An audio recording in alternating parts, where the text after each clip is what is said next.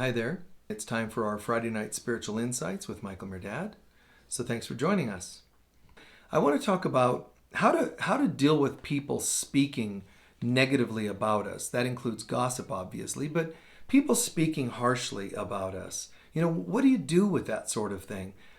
It it's very important for us to understand that, the good old 10 commandments, thou shalt not kill, thou shalt not steal. You have to understand that those are multidimensional statements. They're not linear laws like they've been treated by so many different people and cultures and religions. These are multidimensional. It's just that very linear people heard them and interpreted them and left them that way. But it's still, if we're multidimensional, we can change the meaning to be the way they were originally intended, which is multidimensional. So, for example, thou shalt not steal. What does it mean? Don't steal things from people. Thou shalt not kill. Don't kill people. It actually also means thou shalt not steal, or thou shalt not have any other gods. It's kind of like that. What that means in terms of our behavior with each other, it's like saying thou shalt not have any other gods would mean that I will not see you less than as God created you to be, or else I'm projecting false gods onto you. You see? Thou shalt not steal. I will not steal from your reputation by speaking harshly about you or gossiping about you. Thou shalt not kill. I will not kill your reputation through words, harsh words, gossipy words. See, that's how these things, could go. Now, I could just do a whole talk off that. I could just tell as it's coming through, but I won't. But hopefully it makes enough sense to kind of launch you into something there and educationally. So when it comes to hurtful statements and things like gossip, it's important to remember that it isn't God that's talking through people. When people are speaking hurtfully, hatefully, and some people say it's not hateful to gossip, you're exaggerating. No, I'm not. Everything is love and hate. Everything is love and fear. Everything is God and not God. Everything is reality and illusion. It's not like there's gray area, really. So it's best if we focus on just, even if you think there's a gray area, get as much out of the gray as possible. Get to the light. And if I'm speaking harshly about someone, try not to justify it as gray area. Just recognize it's not God, therefore it's not who I am, the I am that I am. If it's not God, it's not I am. It's what I am not. This isn't the real me doing this. This isn't God me. This is a broken me. This is a fear-based me, a competitive me, a hateful me. But it isn't the God I am. But I'm also not addressing your God that you are by talking about the God you are not, the false, the ego self, the part that I can find flaws with. So what conversations do you want to have? We can all probably agree watching this program. I want to have light and love. And we're all going to slip. Let's not pretend we're just always, bright lights on this planet. We're all going to slip. You get a moment of, a little something inside, and a little thorn in your paw that just makes you, and you kind of lose patience and gossip or whatever. It happens. It's no big deal. We just do our best to bounce back. When I say it's no big deal, it's no big deal meaning don't slay yourself over it. Don't punish yourself. Just bounce back. How? The simplest thing, apologize and make amends. Well, what if I'm talking and gossiping about somebody that's not in the room? How do I apologize and make amends? Do it to the people that are there and say, you know what? I'm sensing that I'm not coming from a real healthy place right now. So my comments about that person probably were not appropriate. And it might be coming from some of my own triggers, and I'll take a look at that. So I apologize, and I ask that you guys not take that on as truth. There you go. Now, does that mean they won't take it on as truth? No. They have a choice in the matter. So I'll talk about that in just a sec. But if it's not God, when you're gossiping about me or speaking harshly and hurtfully to me, if it's not God speaking, I wonder why we need to take it to heart. Why absorb it in your heart and soul? Why get so devastated when people download evil like that? The only reason we can take it on is because it's rubbing up against some of our own wounds, some of our own doubts. It's true. If somebody says, let's say you don't like a particular thing, even astrologically, and even when we look at archetypes of personalities, You could say each of us in our archetypes, and some of us are blends, which is a little higher, to be blends of all these archetypes. But when you're a particular archetype or sign of the zodiac, let's say, you're going to have a little more a propensity towards a particular thing. One is going to be a little more, I don't want you putting down my sense of purpose. Another sign might be, I don't want you to criticize the way I look. Another sign would be something else. So what I'm saying by that is we all have maybe different sensitivities by nature, quote unquote, but our divine nature doesn't have those sensitivities. It's like immune. So it's important for us to recognize, when people one thing for us to look at is which things that people come at us with, which of those things most get us. So someone says, you have a terrible hairdo, you could be like, who cares? I mean, that's just lame. No, thanks for sharing, but get out, Where when they say something maybe about aging, and you just, for days, you're just like, in the pits. We should watch for how devastated we get and how often that happens, meaning our most recurring pattern. It helps us to look at ourselves. Yes, this could be a talk, and I will talk about what to do with others who do it. But also, let's look at ourselves and why we're vulnerable to it. So if I really get clear about who I am, trust me on this, guys, please. If I know who I am in my Christ God self, do you think I'm really going to care that you don't think I make enough money, or you don't think I have a nice enough house, or, I would be immune to that. You have criticisms of different kinds. And I think that I'm definitely not describing the idea of us creating thick skin. I'm not talking about us becoming cold to people's feedback. That if you go far enough with that, it becomes personality disorders, sociopaths and psychopaths and narcissists. They don't care. You can't get through to them about what you're trying to say. Even if what you're saying is constructive, they won't hear it. So I'm not asking you to become like shut down to feedback in life. It's good to hear feedback, but it's important to recognize where's the feedback coming from. So if I am, let's say, walking very fast across a slick surface, and someone says, be careful, you're walking too fast, I could be like, who do you think you're talking to? Don't tell me how fast to walk. Is that God? I doubt it. And I could say, but they're criticizing how fast I walk, and they're making it sound like I'm careless. Well, who said all that? That wasn't even in their words. Well, I know that's what they meant. Yeah, you might be projecting. You might be reading into them, saying that. And mind you, if they said it and meant it rude, why does it bother you? But what I'm leading to is, I wonder, there is a chance that God is speaking to me through them, in the sense that maybe that was a forewarning that I was about to slip. Do I really have to get angry at everything people say, or react to everything, or take personally everything they say? I would say first ask yourself if there's any truth to what they're saying, any value to what they're saying. If they say, to me, I get feedback from one person, 2 people, 3 people, and if it's of some sort of harsh nature, I think it's worth checking it out. I'm not saying they're right or they're wrong. I'm saying it's worth checking it out right inside. I wonder what I can learn from that. I wonder what I can gain from that. Breathe it in, check it out, because we're really often hearing from other people. We're hearing, you could say, almost projected demonstrations about our own inner battles anyway, our own inner conversations, some of which we're ignoring, we're missing, and so it's coming in the form of people speaking it to us, externalizing it, it's called. All right. So when someone gossips, when someone particularly gossips or speaks hatefully or hurtfully, remember that when someone speaks it to you, and or when they speak it to someone else, there's a process that we go through.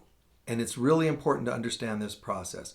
In short, we have to recognize we created hearing it, as did other people when they hear it about us. They created hearing the gossip. They get to decide, whether to believe it or not. It's a choice. Then they have to decide how to respond to that, right?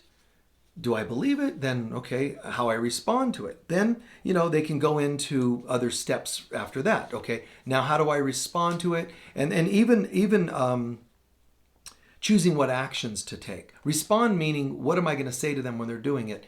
The fourth would be what actions to take. How do I proceed from here? What will I do with this information? And the fifth choice is, can I choose forgiveness and repentance? Can I choose, it's never too late to say sorry, it never is. The movie that said love means never having to say you're sorry, it's just stupid, it's just stupid. It's I know it sounds so romantic, because what that means is love means never having to take responsibility. That's what it means. And people are like, I like that line, and they made it romanticized. But if you really think about it, it's quite disturbing.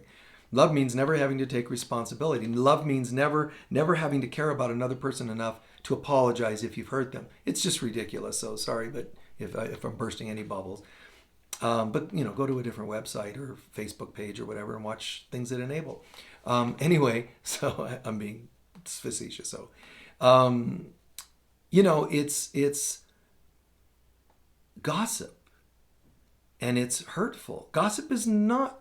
I'm not talking about positive comments. That's not gossip. Gossip in the traditional interpretation is hurtful comments. You're passing along something that will breed more hurt or hate or something towards a person. Hey, did you hear so-and-so lost their job? Why are you saying that? Are you really saying, hey, did you hear they lost their job? Isn't that a drag? Can we do anything about that? Do you have any positions open at your place? That's not usually what they're doing when they're gossiping. They're saying, hey, did you learn, did you hear they lost their good job? What does it mean? Why are you telling me this? Oh, well, I just thought we could have a good time, firing some more hate off onto the person's not hurting enough. Let's talk about them losing their job. It's not healthy. It's not healthy in any way.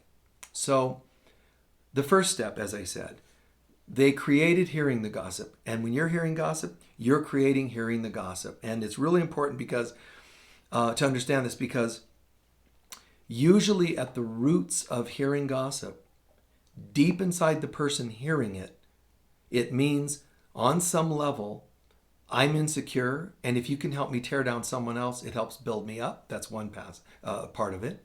Another part, I'm hearing gossip because I've been looking for something to help me tear down that person. Not just to make myself feel higher, but there's something going on. It's like I'm looking for a reason to doubt that person. You have, let's say, a healer or a spiritual teacher or an author, and even music bands. It's like the world just waits for someone to fall. The Beatles and their famous, number one hits again and again and again and again for years, and then they decided, you know what? We want to do something really deep with music, really deep lyrics, really cool. And it doesn't go to number one. It only made it to the second place on the charts. Now, the world and the critics, oh, look at that. Yeah. Knew it couldn't last, even though it had already been 5 years or 4 years or whatever. Oh, we knew it couldn't last. They had to fall. They predicted they would fall after 2 months. So they were all wrong. They're not going to say we were wrong. They're going to say, whew, thank God they fell, because now we're not all bad. That's what people are doing. So they said they only made it to the second position. Okay. And it was a terrible song. It didn't deserve, number one, because it was just Strawberry Fields, that what some say is the greatest single ever recorded. So, it's like only to the second position, but some people are like, wow, but the Beatles said we were quite relieved because it was going to happen at some point. But each song we're writing, there's a pressure. You better, you better, you better, you better. And so when they finally don't reach number one, at least George said, it was quite a relief. It's like, okay, now that's done. Now we can do anything. Now it can go to one or two. It won't matter. Ever again. We don't have the same pressure ever again. And so that's just something to keep in mind. People are looking for a fall of yours or mine in whatever we're doing. If you have a perfect record athletically, there's someone watching to hope you slip. Great athletes, teams that win a lot. People start resenting them and wishing that they would lose. And that's whatever. That's the politics of the human brain, the human mind. But I just don't, buy it. And another reason that we're attracting gossip is that we're wanting to feed our ego. So we're on item number one. that we create. You don't say, I was a victim of the gossip. They came and told me that. I wasn't even wanting to hear that. Careful. Be responsible. Be responsible. I must have created on some level hearing it. Does that make me a bad person? No. Come on. It's all right. But why did you choose to believe it if in the second item, did you choose to believe it? You didn't have to. And in the third item, what did you do about it? Did you step up and say no to it? Or did you take the bait? Did you let yourself get hooked? So, we should ask ourselves, well, I wonder why I was in such a low state of mind or being or consciousness that I would have attracted, because we're on step one still, attracted hearing the gossip. It's worth looking at. Even if it's about a political leader, it could be about a world dictator. I don't care. Whatever it is, anger is never justified, says A Course in Miracles. Hate is never justified. It's understandable. I'll add that. It's understandable. Someone just does horrendous things. It's understandable you'd be tempted to be angry, hurt, scared, etc. It's understandable. To err is human, and hate is an error. However, we can breathe and say, I get it, I see it. Part of me is reacting because this is close to home. This person is bringing up a lot of anger at work, and I hate hearing all that. So I started just going with it, blend in. So I didn't stand out. And besides, I didn't want to have rocks thrown at me for not agreeing with them. And things like that. You got to watch your own agendas in these things. All right? So the second item, as I already said, we choose whether we're going to believe it or not. We choose it. No, they convinced me. No, they didn't. No matter what they said, you had a choice to believe it or not. Let me segue somewhere else real quick, just for a moment. There's a saying, when you're going to speak, if you're the one doing the gossip, ask yourself if what you're saying, before you even say it, are you sure it's absolutely true? If not, then why bother saying it? I mean, really? Are you gonna defend the idea of speaking falsely has any merit, like something that's not factual? I had friends in high school, I remember, and they used to get a kick out of starting rumors. I mean, they'd start rumors just to see what would happen. And it was absurd what would end up happening. One time I was playing sports and got kind of severely injured for a moment. And I say for a moment, whatever that meant, but I got severely injured. And I got, carted off. And the next day at school, people were like, Michael, I heard you were dead. And I'm like, what? All this time, it took me a while to figure out who it was. And it's those guys again. Hey, did you hear Michael? He died. And people are like, whoa, and the shock and the dismay and the whatever, And here I am walking around and people are like, I heard you died. I'm like, what? It was maybe a couple days or whatever after the injury. And so I was back at school, but I started hearing these rumors. And you can think that's cruel. I think it's funny what they were doing because they didn't do anything overtly hurtful, like to actually harm someone. But it certainly was mischievous and playful, and it's amongst us. And so I didn't mind being the brunt of that little thing. But the fact that you could get away with it is kind of disturbing. You could just make up anything and people believe it. So when you say, I chose to believe it, when you speak these words, is it true? If not, why even say it? If it's true, also, is it loving? Is it true? Is it loving? Is it necessary?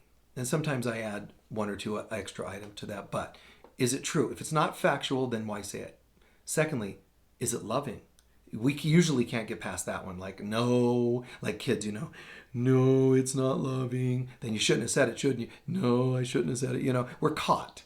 Because you're not going to be able to justify. Hey, did you hear, Joe Blow lost his girlfriend? Did you hear, Sally Sue got dumped at the altar? Is it factual? Yeah, she did get dumped at the altar. Is it loving? Well, maybe because I'm trying to tell that person you probably shouldn't date the person that dumped her because they'll dump you. You can try to get away with calling that loving. Third, is it necessary? And most anything along the lines of gossip would not be found necessary. It's not. It's not loving. It's not necessary. Just you're not going to make it through this gauntlet of love. this gauntlet of light that tests you on what you're saying. So I tell you about an athlete, and did you hear that they cheated and they don't really, they're not really any good or whatever. They're always on steroids. Do I know that factually? No, but I heard. Then just stop. Is it loving? No, because I didn't like the athlete anyway, so I love talking about him. And is it necessary? Necessary how? Well, is it going to affect your life for the better? Does it bring you closer to God for me to tell you about that? Probably not. So just that's a quick survey, or a quick litmus test to what you're saying. Back to hearing gossip. You are hearing it and you have a choice whether you're going to believe it or not. So once again, is it factual? Is it loving? Is it necessary? Use it on the recipient side too. No, it just doesn't hold water. I probably should just, I should probably just let it go. And, or when people are talking about you, they chose to believe it. Now you have to ask yourself, a friend of mine heard negative gossip about me and it confused them. It devastated them. So you're making them a victim of the person who gossiped. And to a degree they are. The other person did the deed, right? But guys, think about it. My friend who's devastated about hearing this about me chose to believe it. Please hear this. They chose to. Some of you are going to say family members. One sister did this against that. My mother did that against my dad. And right. But those people chose to believe it. And if I were you, I would say to myself, wait a minute. If they chose to believe it, how much of a friend are they? How faithful and loyal are they? They should have come and asked me if it was true. But they didn't. Why?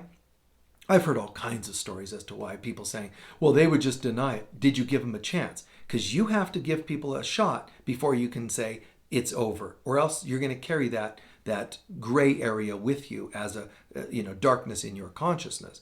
You'll never know for sure what they would have said. You'll just assume, which is assuming a negative, which is a negative you'll carry. So instead, well, why else would you not have asked to confirm it? Some people have said, well, I was afraid of the reaction. Well, then you probably should prepare yourself before you ask, hey, is it true that you're a terrible person? Or think twice. Like for me, I don't have to really do some of this gauntlet, because when you start gossiping about someone else, I already have enough information and I don't need it about them. I don't need to go prove it about them or disprove it. I've already heard all I need. It's you. You're the type of person that's hateful. Do I hate you over it? No, I'm just now aware that this is where we're at. I'm aware that this is what you bring to the conversation, and I'm not interested. And I'm already going to be a little bit sober about how I converse with you. I know that may sound harsh to some of you, but I'm saying, for me, I just get clear as soon as this is happening. I don't have to buy into it, go test it, which is still good to do. It's better than nothing. I've already advised doing it. But for me, I just nip it in the bud and start with the person who's doing the gossip. Maybe I should have thrown that part in, because I don't want you all to try to jump to this short circuit part here where you just short it off, and cut it at the bud, because the other is what I'm asking you to do. But you can get to a point where you don't even have to. You can tell where you're not believing crap that people say. You're not really that susceptible to it. So you're healthy enough to just snip it right now instead of going through the other pieces that I'm suggesting. So they chose to believe it or not. You could just basically, ask yourself, wow, what darkness in me failed the test and chose to bite the apple of gossip, the apple of hatred. What in me was so weak that I chose to believe this? Dang it, I slipped. Got it. Now I'm going to straighten myself out. I'm going to maybe go to the person, if I've done harm, and apologize. But the harm isn't just to the person you maybe gossiped or enabled gossip to. You also, with the person who gossiped, you might go back and say something like, the other day you said this and I really got a charge out of it. They'll be like, yeah, me too. No, but let me finish. Because I was realizing it was really triggering things in me. Whether it's true about them or not, don't know, and I'm not there right now. I'm here. See, what I'm doing is teaching you that you should have done this too. And I don't have to say, you should have looked at yourself first. That's corrective again. Don't be corrective until you've corrected yourself. Get the boards out of your own eyes before you address the splinters in someone else's. So, and also it's a tactful way of doing it, showing them, God, that really triggered me. And they're going to be all about the other person. You go, no, it triggered me, and it made me look at some stuff of my own. And, you were telling me that they, left their children in the hands of their wife and no money, and, the selfish person that they are. And it really brought up some stuff for me because, God, my dad did that in our family. And so I kind of reacted, and, and I probably added some comments there I shouldn't have because I wasn't clear. I should have really been speaking about, wow, that happened to me and I need to go look at this. And instead, I bit the apple and started going into the falling from grace and gossiping about that person. And I didn't mean to. So I want to apologize, and I'll do better next time. They're going to be like, what are you, from Mars? Like, this is normal. I gave you gossip. You're supposed to enjoy it, and we're supposed to take off on it and make ourselves feel better by making them feel worse. And you're not doing that. So that's my take. Step 2. Step 3, like I said, how you choose to respond. Every step I've mentioned is a choice. So I hear gossip. I chose to believe it or not. And then what am I going to do now? Most people, when they hear the gossip, how they respond to the gossip is the third item. They're just soaking it in. They're like, oh, they love it, man. Bring me more. Oh, gossip. This is great. That's what most people do. There's fewer will do something a little different, which is, they might listen instead of soaking it in, really becoming active in it. They might just kind of listen passively, but not do anything to help or correct it. The next group, even lesser, because the majority eat it up. Less than that, they just listen passively and not do anything. Lesser than that, those are the people who might offer a mild but worthless comment. This is the one that most of the spiritual people try to do. Oh, I heard the gossip and I just told them, well, I just don't believe that, period. Or, I didn't know that. How's that helping? I understand you're not becoming as aggressively involved in it, but it's really very typical worthlessness of so-called, and they're so-called spiritual, they're pseudo-spiritual people. And they just go, I'm so loving. When I hear gossip, I just say, I just leave the room. That didn't help. You didn't cause more harm, but you didn't help. And by not helping, you are inadvertently causing more harm. So, sorry to say, man, but there is a way to respond properly. Properly meaning helpfully. By helpful, what I mean is some way that brings healing or even education to the people that might be gossiping in whatever form. So think about it like this, a progression. At first, I would say, mildly listen, and instead of, I just listened and I didn't respond. That's such crap. That's that third stage I mentioned, but that's just garbage. This one instead, listen mildly, yes, very tactfully, and, maybe offer just hints of a different view. Really? Yeah, that wasn't my experience with them. You heard that? Yeah, you know how, but some people say things that aren't true. See how I'm being very tactful. Planting seeds. Instead of just saying, slap that dumbass, knock it off, it's like, yeah, but sometimes people say things, So you're trying to just lighten them up in a passive way to alter their view. And that's, it's passively, and then gradually from passive, I move more assertively to educate. So first, I'm just planting seeds, you could say. In the second round, the second level of dealing with this, if they persist, again, if they're persisting, if they're kind of pushing the envelope, I might try to make it sound like the person who told them that was off. Instead of saying, you're off, you're wrong, I might say, God, who told you that? Well, that was not very nice. See, I'm speaking to that person, but I'm making it sound like we're talking about the bad guy, the real bad guy, when in fact it couldn't have been them, but it was them. But you're saying it tactfully. So again, you're planting a seed off over here to the side so they might pick it up without taking it too directly. Because directly, a lot of people have a hard time with hearing things when it's too direct. So the third thing is a little more assertive now, because now you're zeroing in. Now you're like, wow, they're not getting it. I tried mild and they just kept eating it up and going. And then I tried the second phase of, dealing with this, and they wouldn't hear it. They wouldn't say it wasn't them. I know too. This person's a jerk, and gossip, gossip, gossip. And I would just try something like saying, it's very interesting because none of what you're saying is true. I know the person. If in fact none of what you're saying is true, or none of what you're saying is helpful, even if it might be true. I don't know if it's true, but you just say, nothing that you're saying is really helpful. You said that the person left their family, which I don't agree with doing. So I get what you're saying, but the things being added to it, they did this and they did that. And, all I know is if a person does something like that, they really need help, not hate. So how might I be helpful, I wonder? And if I saw the person that did the deed on the street, hey, I would be like, how's it going?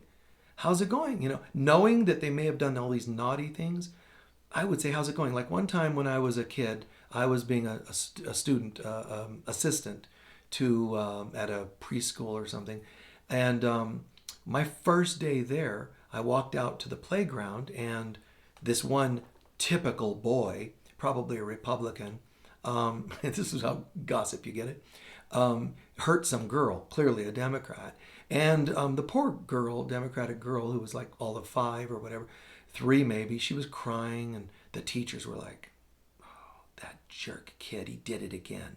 And they're all like down on him, and they're gathering their little Democratic group, teachers. I'm sorry, but it's just funny to me.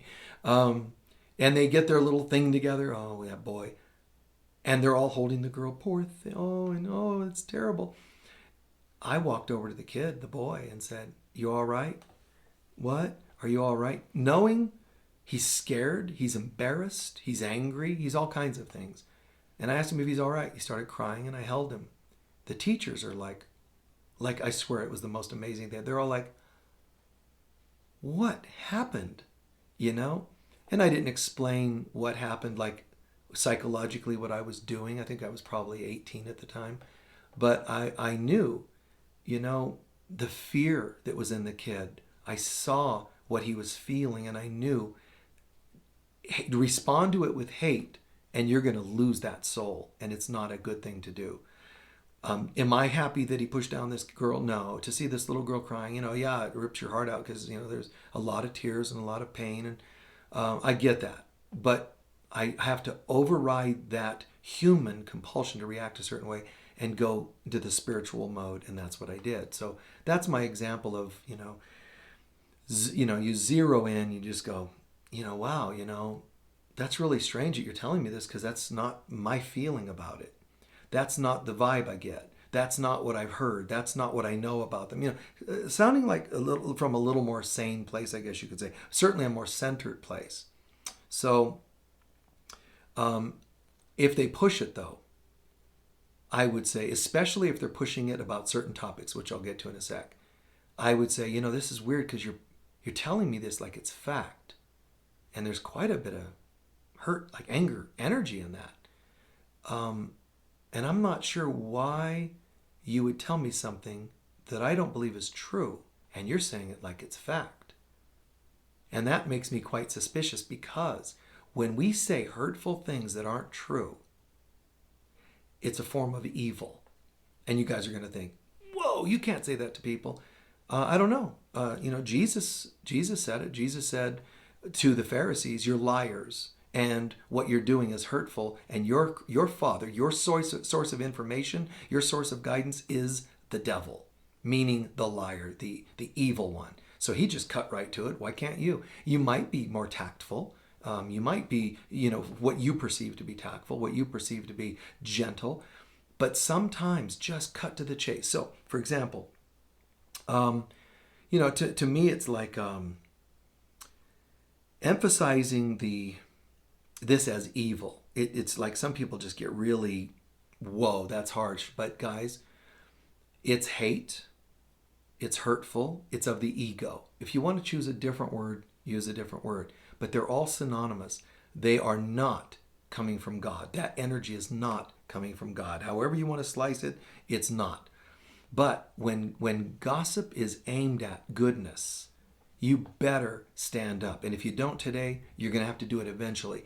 When you're in recovery and people are teasing you for recovery, I'm not saying you're just a victim, but what I'm saying is you better stand up. And when they're saying, oh, you think you're better, you're whatever they want to say to you about your recovery, it's okay for you to say, wait, you're saying recovery programs are bogus. How many have you been in? And is it working if you were even in one?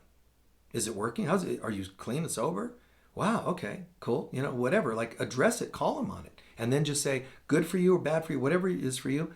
For me, it works. So I'm not sure why you're sitting here telling me that my going to a counselor, let's say, is stupid. My going to a fitness trainer is really lame, even though it's helping my health. My going to a group for recovery is ridiculous and infantile. How could you say these things? How can you say it's just a money maker for somebody? They don't even take money from us. Why do you make this stuff up? It's not true. Somebody could say, you went and you heard Michael Mirdad, and I heard sometimes, he'll say, hey, please, if you can send donations. They're all about money. That's not true. Say to them, wait, how many times have you heard him say that? Oh, like 3. And how many times have you heard him speak? There's, hundreds of talks just on YouTube. You won't hear that. You'll hear it at the end of services because it's a normal part of a church service kind of process. But his talks in general, not really that often. Or whatever other topic it is. Somebody could say, oh, Michael Mirdad, isn't he the guy that only teaches about Jesus? And no. Well, yeah, I heard he talks about Jesus, so he's a kind of a fundamental Christian. You're actually wrong. Now, when you say that's not true and they go, oh, I'm sorry, I thought that, that's humility. That's like amends. I love it. But when they want to be hateful, remember this. When people hear something and choose to believe it, guys, it's because they wanted to believe it. That's the key. They wanted to believe it. And so when you start straightening them out and give them some other options, do you think they're going to always welcome your corrections? No. And that's why I'm saying in this point, you're saying, I get it. You're saying this as though it's true. I'm trying to actually enlighten you and let you know it's not true. And you're shooting me down because you don't want to hear the truth. You see?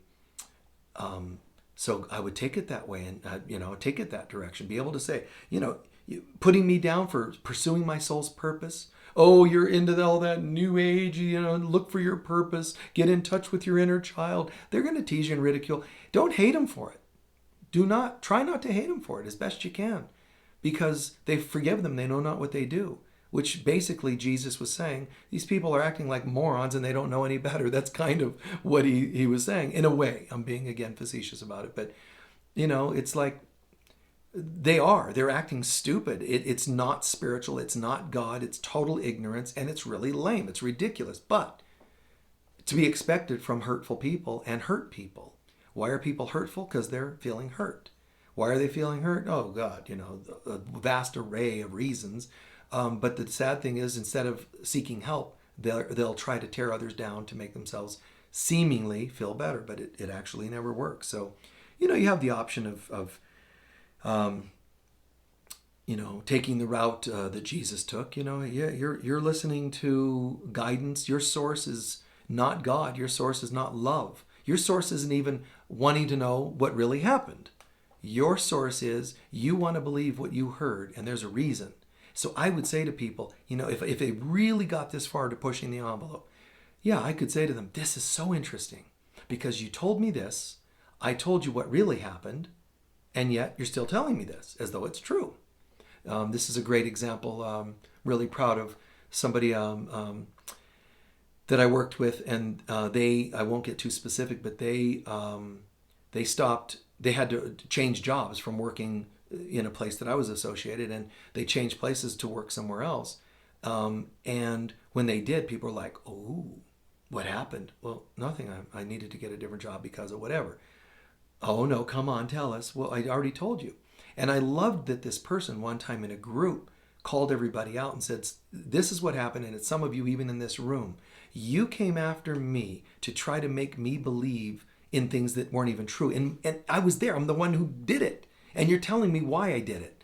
So I would like you to knock this shit off and lighten up and grow up and practice what you preach. You know, she didn't say all those words. I added some of that, but so I think that was really, really courageous. I mean, I'm so impressed by that because it's so rarely done. And I think more people should do it. And I've brought this up. I've mentioned this at, Unity of Sedona and other places that I've been where people, they do the gossip trip and they do whatever, and if people want to know, they should ask, really, just ask. I don't go to this church anymore. Michael, why don't you go to that church anymore?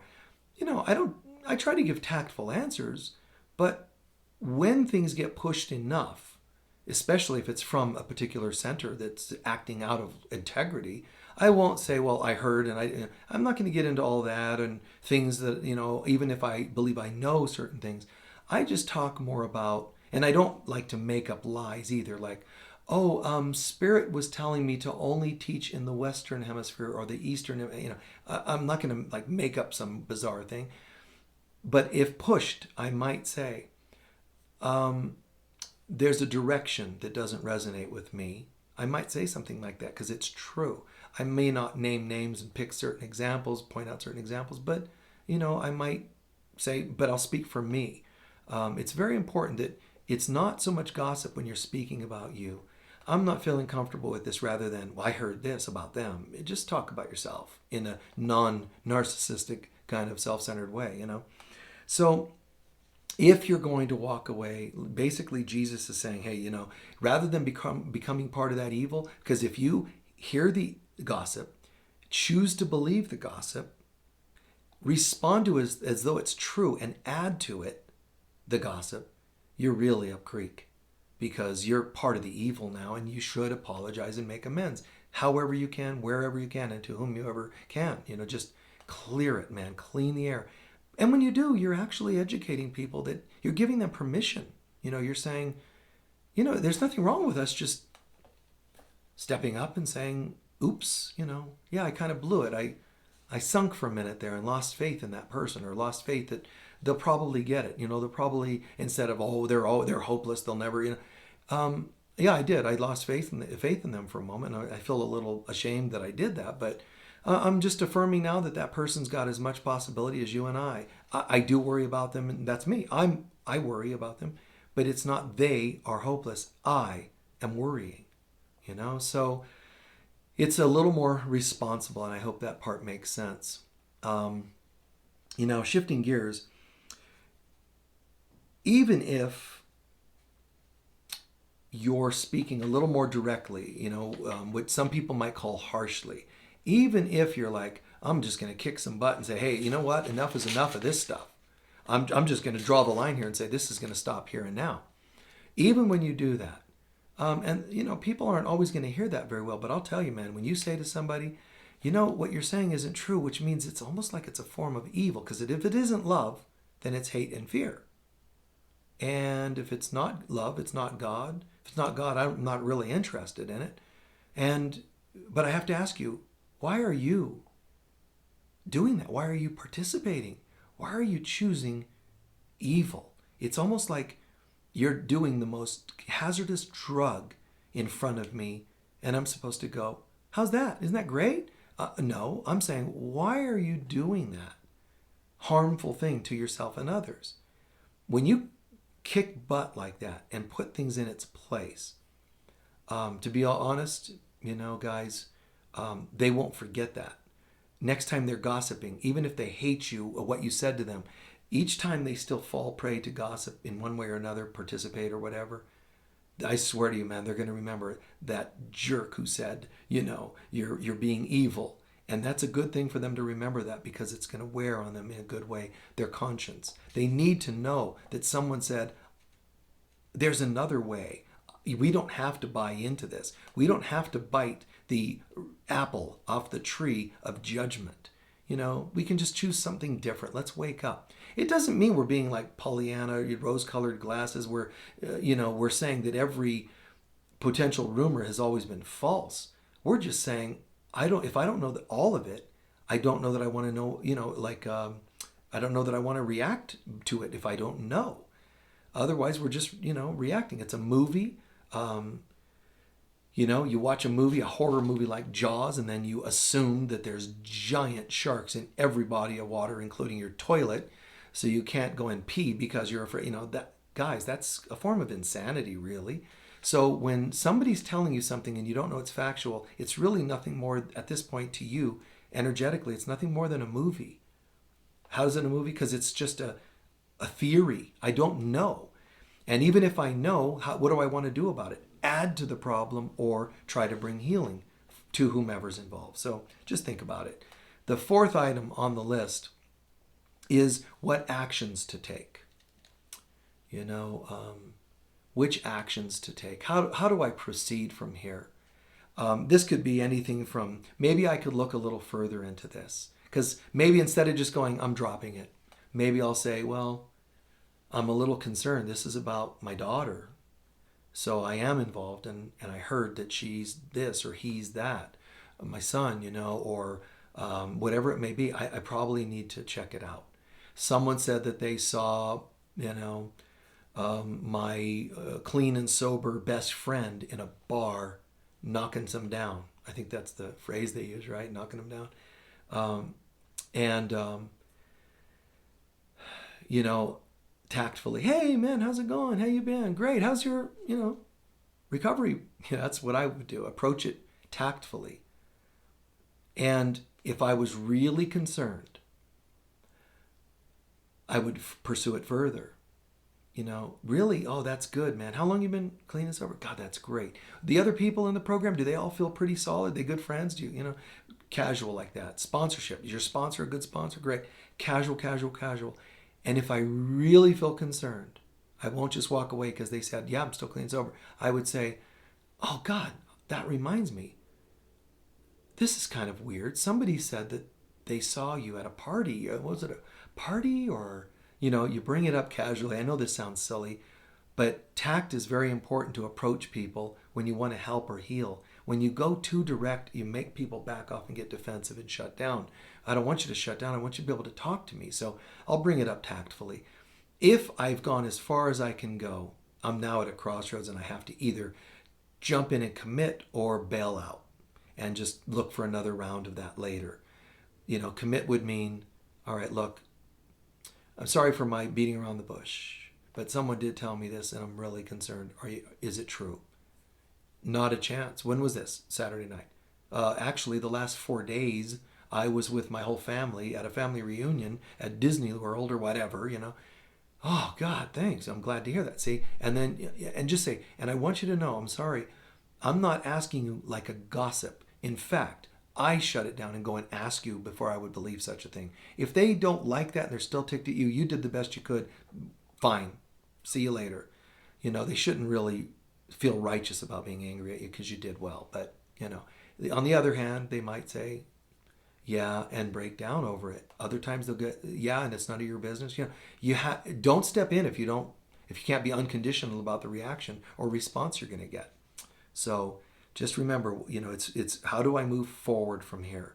Like I said, for me personally, I don't have to always go through all these measures or steps because when someone that I know is trying to feed me that stuff, I've kind of heard all I need to hear. You're messed up, and I'm going to call you on that. I'm going to want to know why you want me to hate them with you. Well, I didn't say hate them. Yes, you are. If it's not love, it's not love. So let's just call it for what it is, It's hypocrisy and it's so on and so on. Moving to Sedona, it's a small town. They have a lot of that stuff here. People beat each other down, even if it's a massage therapist or a life coach. They gossip often. A lot of them do. A lot. Gossip and try to cause hurt because every client they get, you don't get, and it's not easy to, they say, to make a living here, and so it's every man for himself, so this survival of the fittest, which is all fear-based, makes people not see how they can collaborate and create more business for each other. They have to take it from each other, and that may not be everyone, but I'm going to say it's rampant to like 80% of the healers, psychic, shaman, and whatever other title people carry here. It's spiritual teachers.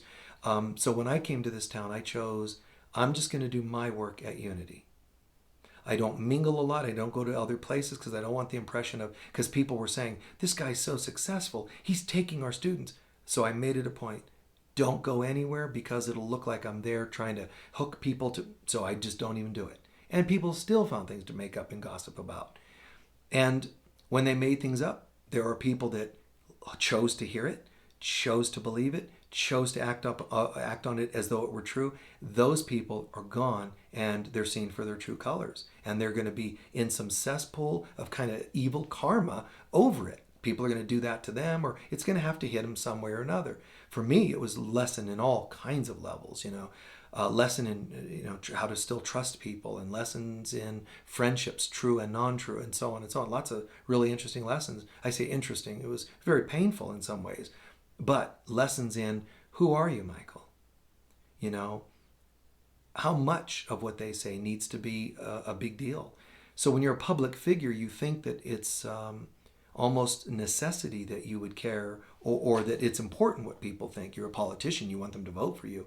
You're a spiritual leader, you don't want to be seen as the opposite, because that wouldn't make sense. At least that's how I think. It's like, I want to help people, and the gossip that these few people are sharing, it makes it hurtful to people. So they're using my name to cause harm. And so I started becoming a little confused, like, geez, my name's being used to gossip and to cause harm. None of it's true, but why would these people believe it? It was like a little kind of shocking. But then I realized they'll believe it because they want to believe it. And they want to believe it because they want to be able to say, man, this was too good. This guy, and I'm not trying to brag on myself, I'm saying this is what was happening verbally from people. This guy is something different. He's unique, and we like this. They had to find a way to wipe their brow and not feel so in love with what I'm doing. So they had to look for a flaw, and then it's like, oh, thank God. He's just like the rest of us, all screwed up, so now I can just walk away and not listen to his teachings again. And that also brought them away from God and Christ again. Not because I'm God, Christ per se, but that's my teaching, is connecting with God again and awakening the Christ. So it was a way that they could escape their highest path that they could have reached. So I get that. Still, I don't think it's cool, hurting people and all that's a kind of a bummer. But what goes around comes around. But I learned a lot from it, and strengthened, not thickened my skin, but strengthened my core about who I am.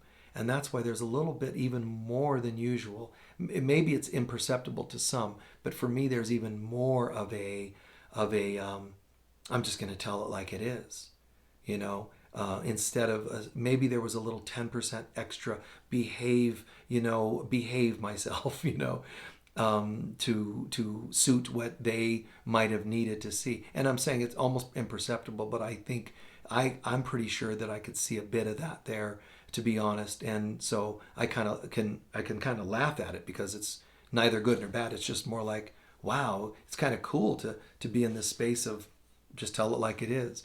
And some people I've joked as well to say, sometimes that just happens when you get older. You don't care as much of what people think. So, it could be that too, but I just see it more of from a light place, levity place.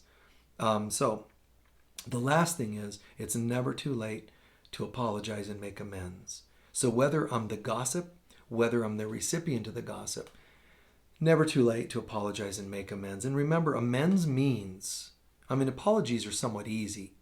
It should be. Most people just can't even apologize because they're so ego-centered. But it's easy compared to amends. It's easy to apologize. Amends means, real amends. The word repentance means to apologize and make amends. And amends mean, and repentance also mean, I will not do this again. To repent. I got it. I'm not going to do this again.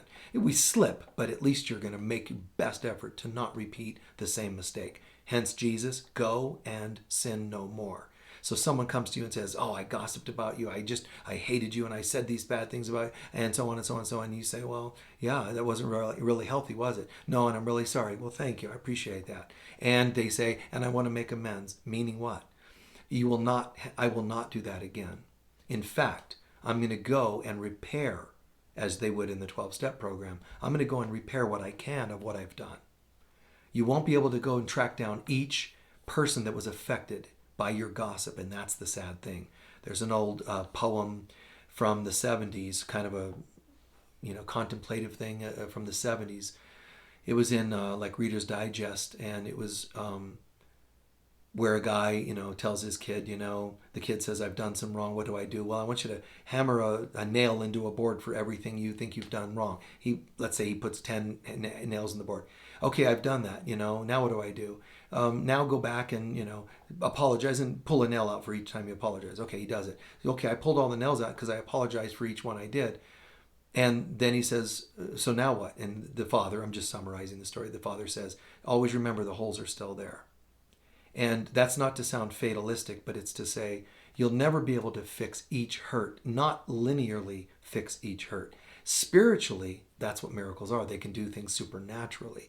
But it means you won't be, what I'm saying is this: don't do it. Don't cause the harm, because you'll never be able to completely clear your conscience of it, because it's actually multi-leveled, it's multi-dimensional. Some of the harm you've done, those people have passed on, and they carry that to the other side. Now, they're going to see clearer on the other side. They may not hate the person you gossiped about and made them hate, but they might hate you for making them hate that person. They might have had a great life with that person, and you ruined that. I've had it happen in my life where, a couple times where I was, interested in a person, in terms of relationship. And there was one person I was, definitely like interested in many years ago. And I learned, like it's such an odd thing, because somebody who was close to me made it a point to intervene, because usually I have people around me that accept calls and emails and have to do all that for me. But a lot of my assistants over the years, they filter things really good, that's healthy and professional. They have to. It's part of the book sessions and all that. But I've occasionally, one in every so many, they don't do that. They also screen out anything that they didn't want to see happen. They screen out people that they think are a threat, because they might, like my partner, my employee might have a little crush or something, or even just affection of some kind, even if it's as a spiritual teacher. They want to make sure the spiritual teacher doesn't get involved with anybody, let's say. Whatever their reasoning. I've had it happen where they sabotage it, say things to prospective people and hurt their feelings. And, Michael, he's seeing someone else and whatever it is, and really hurt the feelings of the other person. And I could say, dang, I'm really mad at them for that. And it's something I need to put in its place. But I also practice what I just shared with you, and I go, why did that person choose to believe it when they heard it? I told them, yes, I'm interested. And they chose to believe something. That's because that was them sabotaging what might have been a great relationship, or of some kind, intimate friendship, or whatever it happens to have been. So I've seen all kinds. I've seen, it's like I've seen all good people turn their heads each day, so satisfied, I'm on my way. A song by Yes. It's an interesting thing, because it's like saying, I've seen all good people turn their heads each day, so satisfied. And it's like people will just buy any crap and let it affect them. And it's like ridiculous. You need not do things like that. You need not believe it. But why did you believe it? And if they find out later, which is very, very rare, that someone comes up and owns it, I heard this and I believed it and I'm sorry about that. Man, that is amazing. I would say in my experience, it's probably 1 in every 100 people, honestly, that they come. It's very rare. And I've had it happen in Sedona, just a couple people. I heard that stuff and I believed it. And whatever the stuff was that these few people shared, because it varied. They said a couple of ridiculous things, but the person would say, and I believed it, but then I realized it wasn't true. And I realized I knew it wasn't true. And so I want to apologize that I took the bait and judged you. And I'm just like, wow. And that's where Jesus says to someone, I've not seen such great faith in all of Jerusalem, in all of Israel, amongst all the people of Israel, when he was teaching in Jerusalem. So his point there was to say, I'm so impressed with the responsibility factor in this one centurion. And that's how I felt for the few people that have ever said, I'm sorry, I projected this or that, or even if it's just something they projected without gossip, just in their own head, and they say, I'm really sorry. And I love that, man. I don't hold it against them. What I might do is be cautious with them for their sake, so they don't get tempted to go that direction again. So things like that, friendships, betrayals, all those kinds of things, they're going to teach us, one way or the other. So at the end of the day, the fifth item is it's never too late to apologize and make amends. So in summarizing and kind of in closure, people might say to you, he's totally exaggerating this whole thing. Words like evil and hate, all I did was tell you that the next door neighbor was caught, fooling around with the meter maid, or whatever. It's a form of evil because it's not good. If it's not of God, then it's of the veil, evil, the veil of illusion. It's not of God, so it's of illusion and darkness. But in illusion and darkness, there sets a tone of evil behaviors, hurtful behaviors, hateful behaviors, and it breeds more of itself. So some people will say I'm exaggerating, but I'm standing by it, saying it is a hurtful, hateful thing. It's a thing that doesn't bring people closer to God. Therefore, I'm not really that interested in participating in it. I don't walk around real obsessive about it, like, I can't hear that. When people say things, just, oh, really? Casual sometimes. They push it, I'll now have to drop a hint. They push it more, I'll go further. They push it more, I'm starting to put my foot down. They push it further, and I say, what is going on with this? Tired of hearing this evil. If I have to. That's very rare that I would have to go that far. But I know that there are people that have asked me in like Sedona situations that I've been in. They say, well, and I just left the room. Great. And they want me to go, wow, that was great. But I've said to people at times, why didn't you say, do you realize what you're saying is not true? Which also means, look it up, guys, opposite is a lie. Well, I don't want to tell them they're lying, but they are lying. Just ask them, why are you lying? Why are you telling me something that's not true? If you need to word that way. Why? Ask them. Do you realize do you realize I like Michael Steve? Do you realize I like my recovery program? Why would you tell me hurtful, hateful things about it? That means get behind me, Satan. Don't tempt me to get off my path. Slam him with that. Don't hate him. But slam him with it so that, if it goes that far, so that they could be educated and go, God, you're right. This was out of line. And they may not get it. But when you say the next line, which is, I'm out of here. I'm not interested in this. I said to you, they're going to remember that years and years to come. In other lifetimes, they'll not know why, but they're going to have this very hyper conscientiousness around gossip. And it'll be because someone put them in their place one day and said, what you're doing is lying, and it's evil, and it's of a hatefulness. And if you don't want to be hateful, you should stop doing this. But I, for one, am not interested in participating. Bam. And there it is. And I really, really hope that this is okay for you, because it's important to learn this, especially if you're on the spiritual path. It's so easy to be all pseudo-spiritual and enable these kinds of things. And I'm not talking about going out and fixing everybody, correcting everybody, slamming them with heavy words.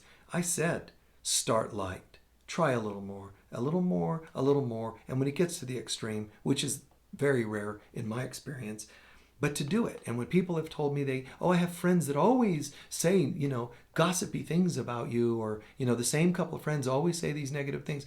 The things are like, what? Well, they said this and that. Is that true? Well, no. Are you sure it's not? I know it's not true.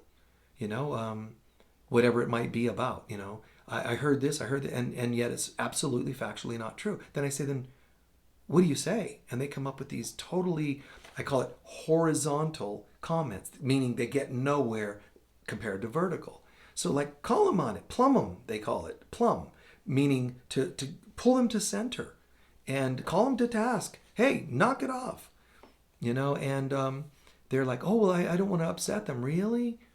So basically you're enabling it, which means it will continue another day because nobody has shut them down yet. Nobody has said, you need to stop. When I'm in the room, I'm going to tell you, you're lying, And I'm not interested in having liars who are evil as friends. Strong wording, I know. But deep inside, if I were the one saying that, I would be saying it so you can save yourself. Not because I hate you. I'm saying it to get your attention. And your attention might have to go for a moment into, how dare you? And I'm okay with that. Hate me because you were already hating me anyway. It's just before it was in gossip. Now you're going to hate me more overtly. But at some point you're going to see that you hate me if we expand upon it enough to where you'll eventually go, well, that's not cool, you know?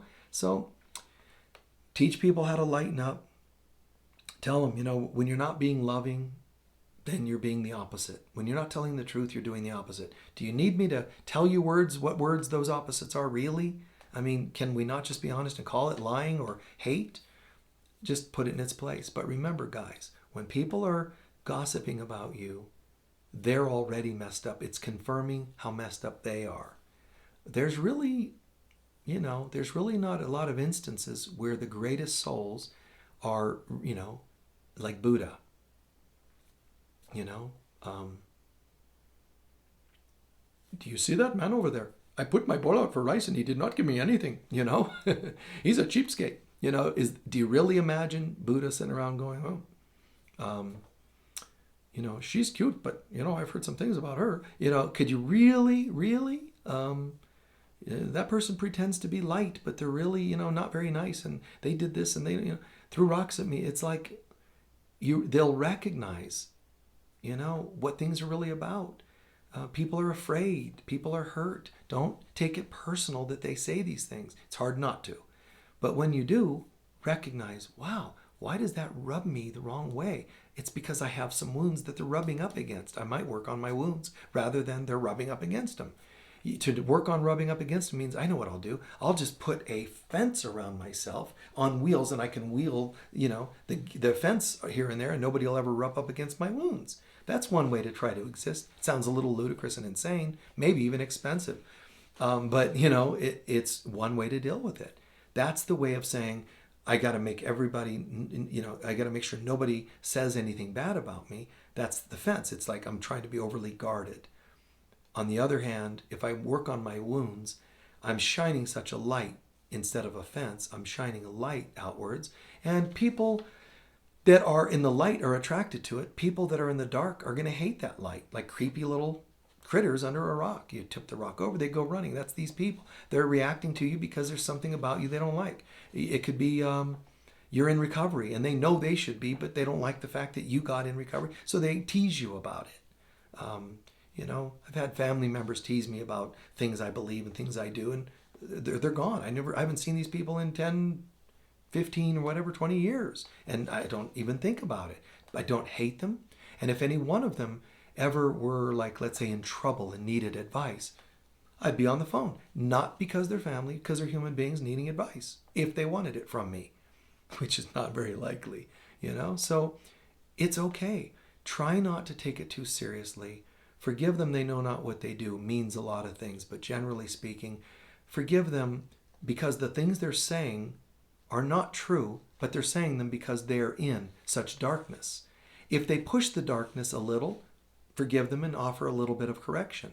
If they push it more, a little more. But if they push it too far, it's okay, like Jesus saying, let's just cut to the chase. You guys are evil. You're coming from an evil place. He didn't hate them, believe it or not, the Pharisees and whoever else. He didn't hate them. He just said, let's just call it for what it is. You're liars. You're telling the people this is the way to find God, and in fact, you're hypocrites, and you're misleading them because the thing you're telling them to do, you're not even doing. So you've got some bad karma coming, guys. And, he left it at that. I mean, he just cut to the chase and told them. So you can be truthful and look firm, but you're not actually harsh and hateful in a really, a negative sense. You're just being clear and firm, and it might seem harsh, but harsh in its real definition would have an edge, like a wounding, an irritating, energy to it, an inflammatory energy. Harsh, what I'm referring to, is firm and clear. And it's so beautiful to be in a firm and clear place, to know the truth about something and, be able to just deliver, hey, right here, this is going to stop. It's just really beautiful. So consider it. Consider soaking it in as an idea and as a principle for living and life and so on. And you'll find that your life becomes cleaner as you clear this stuff up. If all you do is run from it, it's self-protective, but you're confirming that there might be some truth to it, or why else would you be reacting or protecting yourself so much? Instead, just clarity. And I'm doing this for you as much as me to say, stop it, that's not true. If I don't have your best interest in mind, then it is still a little too reactive, and it's me, my wounds. But I do care about you enough to say no. And a lot of people don't understand that that can go hand in hand. So I pray this has made good sense. And I wish you the best of life and the best of all good things for yourself. Growth, clarity, prosperity, relations, better and better improved relations. And, and I pray that you really understand that this stuff works. And I don't say this stuff meaning just my teachings, meaning personal growth, connecting to God. This stuff is all that is real and all that is really important. So stay on the path. Even when other people might not dig it, stay on your path. Everybody will come around in their day and time. All right? Let your day be today, though.